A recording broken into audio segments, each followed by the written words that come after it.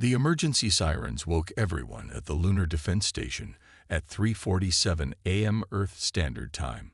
Red lights flashed across the curved walls of the monitoring room as technicians rushed to their stations. On the main screen, hundreds of unknown objects were approaching the solar system at speeds that shouldn't have been possible. Tom Wilson, the lid sensor operator, checked the readings 3 times before calling his superior. His hand shook as he pressed the emergency broadcast button. "Sir, you need to see this immediately." Within minutes, Station Commander David Roberts stood behind Tom, his face growing pale as he watched the data stream across the screens. The objects were massive, some larger than Earth's biggest cities, and they were moving in a perfect formation. "How many?" Commander Roberts asked, his voice steady despite the situation. "Over 300 large vessels, sir. And those are just the ones we can detect clearly." Tom pointed to several blurry spots on the screen. There could be more hiding behind the larger signatures. Commander Roberts didn't waste any time. He pressed the direct line to Earth's United Defense Council. "This is Lunar Station Alpha. We have a code black situation. I repeat, code black. Unknown fleet approaching from the Arcturus direction." The response was immediate. Within an hour, the United Earth Defense Council gathered in their underground chamber in Geneva. Military leaders from every nation sat around a massive circular table, their faces illuminated by holographic displays showing the approaching fleet. General Mary Thompson, the council's head, stood at the center of the room. "Ladies and gentlemen, after centuries of wondering if we're alone in the universe, we have our answer. And they're coming in hot." The room erupted in controlled chaos as military commanders began coordinating their forces. Earth's combined fleet of 200 defense ships moved into position. Ground-based laser defense systems powered up across the planet. Nuclear platforms hidden in the asteroid belt went active for the first time since their installation. Dr. John Baker, the head of First Contact Operations, tried to establish communication with the approaching fleet. His team broadcast messages in every known human language, plus mathematical and visual sequences designed to show peaceful intentions. The aliens didn't respond. "They're not slowing down," Tom reported from his station on the moon. The fleet maintained its aggressive approach vector, now clearly visible through the long-range telescopes. Their ships were sleek, painted in dark purple and gold, shaped like arrowheads aimed straight at Earth. General Thompson made the call no one wanted to make. "All forces to battle stations. This is not a drill. I repeat, this is not a drill." Across Earth, civilians received emergency alerts on their phones and devices. Air raid sirens, unused for decades, screamed to life in cities worldwide. Military reserves reported for duty as civilian defense bunkers were prepared for immediate use.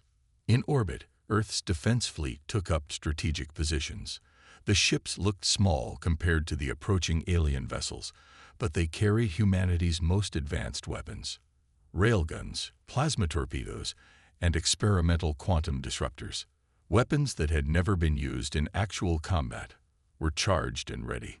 2 hours until they enter Mars orbit, Tom announced, his voice echoing through command centers across Earth. The waiting was the hardest part. Soldiers checked their equipment for the 100th time. Pilots ran last-minute system diagnostics. Scientists worked frantically to analyze every scrap of data from the approaching fleet. Commander Roberts watched from his station as the alien ships grew larger on his screen. He thought about his family in their bunker below Seattle, about all the families preparing for whatever came next. Humanity had dreamed of this moment for generations, first contact with an alien civilization. But not like this. Never like this. "Sir," Tom called out, his voice breaking the tense silence. "We're detecting energy buildups in the alien fleet. They're charging weapons." General Thompson stood in the council chamber, her face set with determination. She looked at each of the military leaders around her, saw the same resolve in their eyes. Humanity might be facing its greatest challenge, but they would face it together. She pressed the global broadcast button. Her voice reached every speaker, every radio. Every device on and around Earth. All units, prepare for combat. Whatever happens next, remember, this is our home, and we will defend it. The final countdown began. Humanity's first contact with alien life would not be a peaceful exchange of knowledge and culture. Instead, it would be a test of everything they had built, everything they had become. Earth was about to show the galaxy exactly what humans were capable of. The first shot came from the Empire's flagship. A bright purple beam of energy streaked across space, aimed at Earth's largest defense ship. Admiral James Stone watched calmly from his command chair as the beam approached. "Activate shields," he ordered. The beam hit the invisible barrier around Stone's ship and split into thousands of harmless light particles. The Empire's weapon, designed to cut through any known defense, had failed. "Send our reply," Stone said. Earth's defense fleet moved as one. They had trained for years, preparing for a day they hoped would never come. Now that training paid off. Humanity's ships, smaller but far more maneuverable, broke formation and attacked from multiple directions. The alien ships were massive but slow. They tried to turn and face the threat, but Earth's vessels were already behind them. The first volley of human weapons struck the Empire's rear shields. Their purple barriers flickered and died. "They didn't expect us to have advanced weapons," Captain Linda West reported from her scout ship. She watched as her crew's quantum torpedoes phased right through the alien armor. "Their technology is powerful, but they rely too much on size and strength." The Empire's response was predictable. They sent more ships. Waves of smaller fighters poured out of their massive carriers. Thousands of them filled space, heading toward Earth's fleet. Admiral Stone smiled. "Execute Plan Thunder." Hidden platforms in the asteroid belt powered up. Hundreds of automated defense drones launched, each carrying specially designed EMP weapons. The Imperial fighters, bunched together in tight formations, made perfect targets. The EMPs went off in synchronized bursts. Entire squadrons of alien fighters went dark, drifting helplessly in space. The few that avoided the pulses flew straight into Earth's trap, a web of automated laser platforms that cut them to pieces. "Their main fleet is changing formation," West reported. The huge Imperial ships were gathering into a spear-like shape, preparing for their favorite tactic, the mass charge that had conquered countless worlds. "Let them come," Stone said. He opened a channel to all Earth ships. "Remember your training. Remember what we're fighting for." The Empire's fleet accelerated toward Earth, their engines burning bright against the black of space. They expected their massive ships to simply push through any defense. They were wrong. Earth's fleet split into three groups. As the Imperial ships charged forward, human vessels attacked from above, below, and behind. Rail guns fired special rounds that stuck to the alien ships' hulls before exploding, creating gaps in their armor. "Engineering teams, begin capture operations," Stone ordered. Several disabled Imperial ships now floated in space, their crews abandoning ship as Earth's special forces moved in to secure the alien technology. The Empire's admiral finally appeared on Earth's communications. He was tall, with blue-tinted skin and eyes that glowed red with anger. "How dare you resist? We are the Galactic Empire. We have conquered 1,000 worlds." Admiral Stone's response was simple. "And we are Earth. We don't surrender." The battle raged for hours. The Empire kept sending ships, and Earth kept destroying them. Human pilots proved more skilled, their tactics more flexible. While Imperial ships relied on brute force, Earth's fleet used strategy and teamwork. In the end, the Empire's pride became their downfall. Rather than retreat, they committed more ships to the attack. Stone watched as his crews targeted enemy engines and weapons with surgical precision, disabling rather than destroying when possible. "Sir," West called out, "we're detecting power surges in their remaining ships. They're preparing for a final attack." The Empire's last 50 ships gathered their remaining energy. Their weapons glowed brighter than before, preparing to fire everything at once. Stone pressed a button on his chair, released the gravity mines. Special pods launched from Earth's ships, creating artificial gravity wells around the Imperial fleet. The aliens' energy weapons, affected by the intense gravitational fields, curved back toward their own ships. The Empire's final attack became their own undoing. As the last Imperial ship went dark, Admiral Stone stood on his bridge. Earth had just defeated the supposedly unbeatable Galactic Empire, but he knew this was only the beginning. "Secure all captured ships," he ordered. "Download their databases. We need to know everything about this empire, because they'll be back. And next time, we'll be even more ready." The battle was over. Humanity had not just survived, they had won decisively. Across Earth, people emerged from their bunkers to celebrate. Their world had faced its first interstellar threat and proved that humans were not to be underestimated. The stars would never look the same again. 3 days after the battle, Dr. Anna Miller stood in her lab beneath Mount Rogers, surrounded by pieces of alien technology. Her team had worked nonstop since the captured Imperial ships arrived. What they discovered was surprising. "It's actually quite simple," she explained to the gathered military leaders. "The Empire's technology isn't more advanced than ours. It's just bigger." She held up a piece of an Imperial engine. "They build everything to overwhelm with power. But look at this." She pointed to the inner workings. "Their basic designs haven't changed in centuries. They stopped innovating because no one ever challenged them." General Thompson nodded. "And what have you learned from their computers?" "Everything." Dr. Miller smiled. She pressed a button, and a hologram appeared showing a map of the galaxy. "We now know their patrol routes, their command structure, and their weaknesses. But here's the most interesting part. They've never lost a battle before. Not once in over 500 years." The room fell silent as everyone processed this information. Earth hadn't just won a battle. They had shattered the Empire's perfect record. In space, the Imperial diplomatic ship Star Decree dropped out of faster-than-light travel near Mars. It was smaller than the warships, decorated with gold and silver markings that showed its important status. Inside, High Ambassador Lord Rex watched Earth grow larger in his viewing screen. "Impossible," he muttered, looking at the debris field from the battle.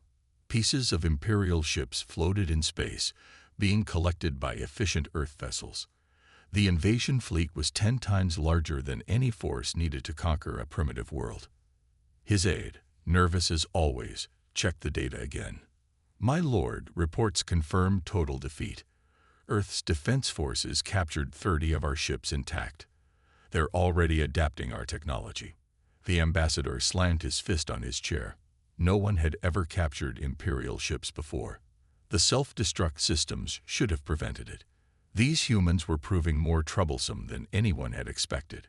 Back on Earth, Dr. Miller's team made another breakthrough. "Look at this," she told Admiral Stone, pointing to a screen showing alien engine designs. "We can make their faster-than-light drives twice as efficient with some basic improvements." They never even tried to upgrade them. Stone watched as human engineers and scientists swarmed over the captured ships. In just 3 days, they had learned more about space technology than the Empire had discovered in centuries. Humanity's drive to improve, to innovate, was proving to be their greatest strength. The Imperial diplomatic ship finally reached Earth orbit. Ambassador Rex prepared his standard speech, the one that had convinced hundreds of worlds to surrender peacefully after failed resistance. But before he could broadcast his message, Earth responded. Admiral Stone's face appeared on his screen. "Imperial vessel," Stone said firmly, "you are not welcome here. You have 20 minutes to turn around and leave our solar system." Rex couldn't believe what he was hearing. "You dare? Do you know who we are? The Empire rules 10,000 worlds. We." 19 minutes, Stone interrupted. "And we've already proven we can destroy your ships. The choice is yours." In her lab, Dr. Miller watched the exchange while testing a new weapon design based on Imperial technology. She had already improved its efficiency by 40%. They really don't understand us, do they? She asked her team. One of her engineers looked up from his work on an alien power core. What do you mean?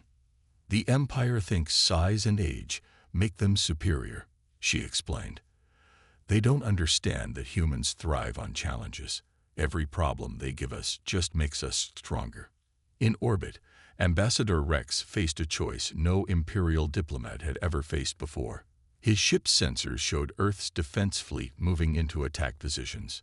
Their weapons were already powered up, and worse, some of them were clearly improved versions of Imperial designs.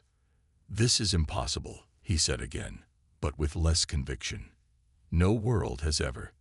5 minutes, came Stone's voice. And let me be clear, Earth is now declaring a complete ban on all Imperial ships in our solar system. Violate this ban, and we will respond with force. We've already shown you what that means. Rex looked at the debris field one more time. Centuries of Imperial power and tradition said he should refuse, should demand Earth's surrender. But the broken Imperial ships floating in space told a different story. For the first time in the Empire's history, a diplomatic vessel retreated without delivering its message of surrender. The ban on Imperial ships had begun. News spread fast across the galaxy. On thousands of worlds, beings of all shapes and sizes gathered around information terminals, watching recordings of the battle near Earth. The images showed the unthinkable. Imperial ships running away from a fight. In the Great Hall of the Imperial capital, the Emperor himself watched the recordings in shocked silence. His advisors stood nervously around him, none wanting to speak first. How? The Emperor finally asked. His golden scales reflected the light as he turned to face his military commander. How did primitive humans defeat our best ships? Before anyone could answer, more news arrived. A small trading ship from the merchant worlds dropped out of light speed near Jupiter. Its captain, a tall creature named Brake, sent a simple message. Earth, we wish to trade. Commander Lisa Reed sat in Earth's new Space Diplomatic Center, studying the alien trader's message. After the battle, she had been put in charge of all non-Imperial alien contact. What do you think? She asked her team. Should we let them in? Scans show their ship has minimal weapons, her assistant reported. And we found references to these merchant worlds in the Imperial database. They're independent traders who avoid Imperial control. Reed made her decision. Allow them to approach. But keep our defenses ready. The trader's ship was unlike the Imperial vessels, where Imperial ships were all sharp angles and dark colors. This one was round and painted in bright blues and greens. Captain Brake stepped onto Earth's space station with 4 arms raised in a peaceful gesture. Impressive, Brake said, looking at the debris field of Imperial ships through a window. In all my years of trading, I've never seen anyone stand up to the Empire like this. Many worlds would pay well to learn how you did it. Reed smiled diplomatically. We're not sharing military secrets, but we're open to other types of trade. While this meeting happened, Earth's defense forces were busy. Using information from captured Imperial computers, they began building a network of early warning stations throughout the solar system. Dr. Miller's team had improved the sensor technology, making it impossible for any ship to sneak past. Look at this, Miller told Admiral Stone, showing him a new design. We've created a shield that can cover the entire orbit of Mars. The Empire never thought to build defenses this big because they were always attacking, never defending. More alien ships arrived over the next few days. Representatives from worlds that paid tribute to the Empire came in secret, wanting to see the humans who had done the impossible. A green-skinned diplomat from a distant world called Terran whispered to Reed during one meeting, "You don't understand what you've done. The Empire has ruled through fear for so long. Many thought they were invincible. But now, Reed understood perfectly. Earth hadn't just won a battle. They had shown that the Empire could be beaten. More importantly, they had shown that a single world could say no to Imperial demands and survive. The Empire tried to control the story. They sent messages across their territory, claiming the battle near Earth was a minor setback. But their words lost power every time someone shared the images of broken Imperial ships being studied by human engineers. Another delegation requesting a meeting, Reed's assistant reported. This time, it's from the Rim Worlds Alliance. They've been resisting Imperial expansion for decades. In his private chamber, the Emperor received more disturbing news. 3 worlds on the edge of Imperial space had stopped paying their tributes. When Imperial ships threatened them, they responded with a simple message: "We ban Imperial ships from our space, just like Earth." Admiral Stone stood on the observation deck of humanity's newest defense station, watching construction ships build massive weapon platforms around Earth's orbit. "They still don't understand," he said to Reed, who had joined him. "The Empire thinks this is about military strength. But it's not, is it?" Reed watched as another alien diplomatic ship approached Earth. "This is about something bigger. Freedom." Stone nodded. "We showed the galaxy that freedom is possible.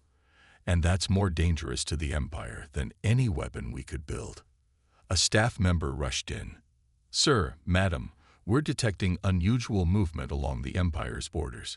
Multiple worlds are powering up defensive systems similar to ours." Reed smiled. "It's starting. The Empire's greatest fear, worlds that aren't afraid anymore."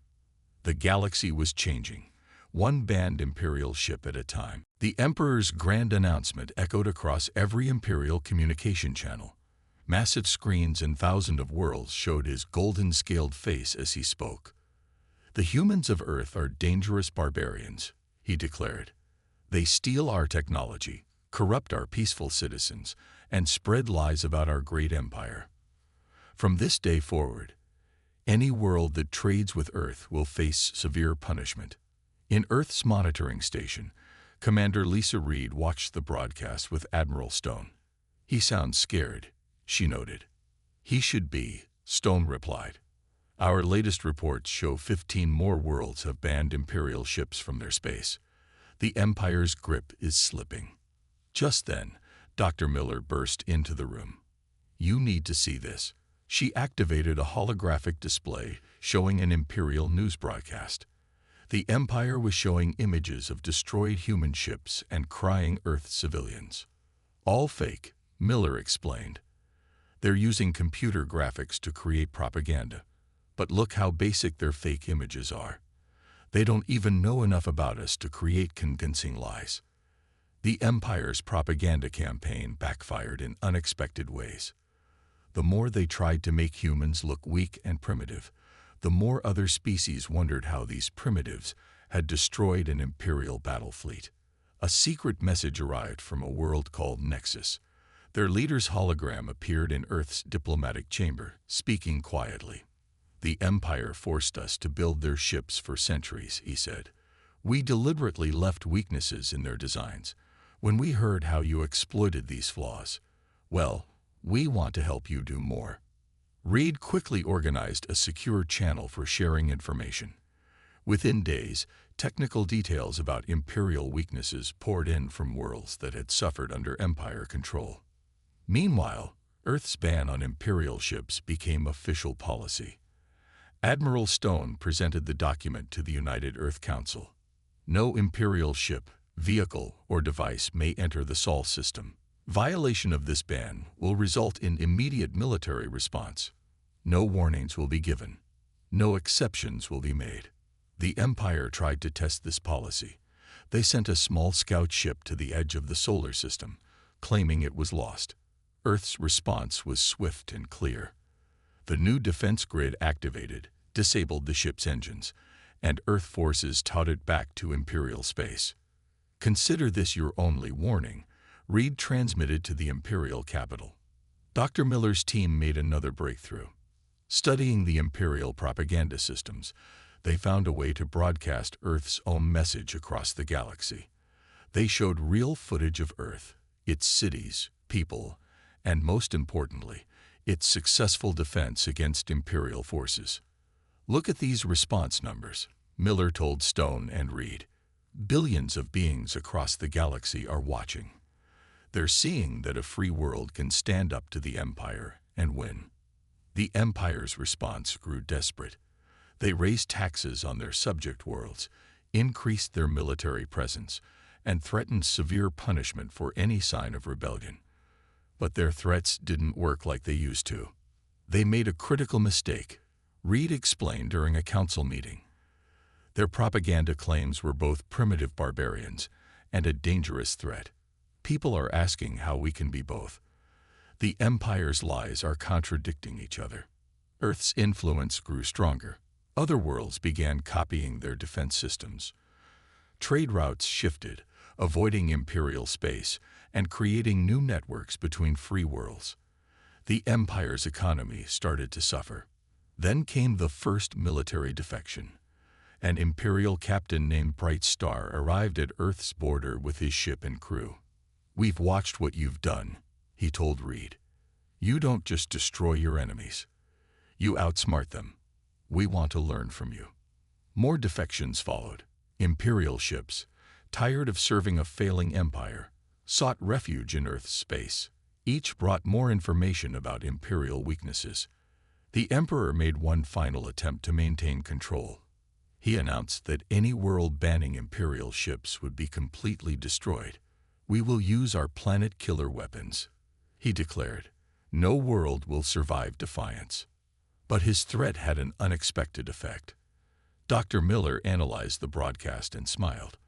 Listen to his voice. Look at his posture. He's terrified. The Empire has planet-killer weapons, but they're afraid to use them. Because now they know we might have something even better. Reed looked at the latest reports from across the galaxy. The Empire is facing its greatest fear, people who aren't afraid anymore. And it all started with one simple message. Stone added, "You are not welcome here." The Empire's control was crumbling, one banned ship at a time. The warning came at midnight. Earth's new defense grid lit up with hundreds of signals. Imperial ships were approaching from all directions, trying a new strategy, attacking from multiple points at once. "They're getting desperate," Admiral Stone said, watching the tactical display. "Count. 500 ships, sir," his officer reported. "They've emptied nearly every nearby base to gather this fleet." Commander Reed joined them in the command center, bringing urgent news. The Imperial Prime Commander sent a message.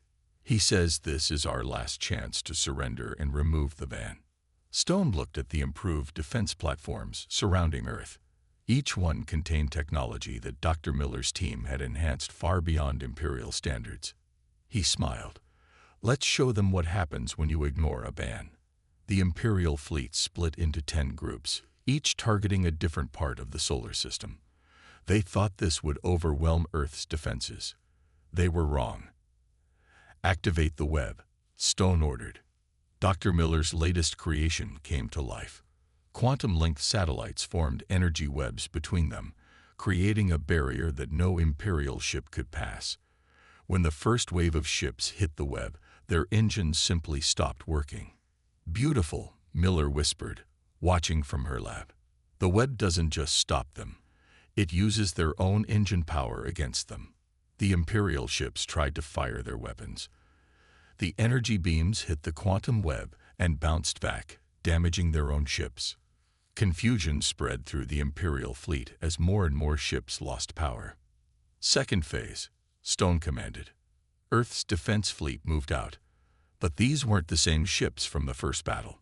Each one had been upgraded with reversed-engineered Imperial technology, made better by human innovation. They were smaller than Imperial ships, but far more advanced. The battle was unlike anything the galaxy had seen. Imperial ships, trapped by the quantum web, could only watch as Earth's vessels systematically disabled their weapons and engines. Not with brute force, but with precise, calculated strikes. "Sir," an officer called out, 3 Imperial destroyer groups are powering down their weapons. They're surrendering." More Imperial ships followed. They had seen how easily Earth's forces had handled their first wave. Many crews decided surrender was better than pointless destruction. The Imperial Prime Commander's face appeared on the main screen, twisted with rage. "This is impossible. "We are the Imperial fleet. We do not surrender." "Check your ships," Stone replied calmly.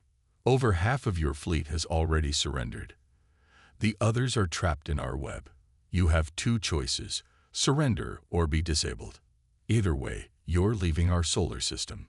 In her diplomatic office, Reed received urgent messages from across the galaxy. Other worlds were watching the battle through the communication channels Earth had established.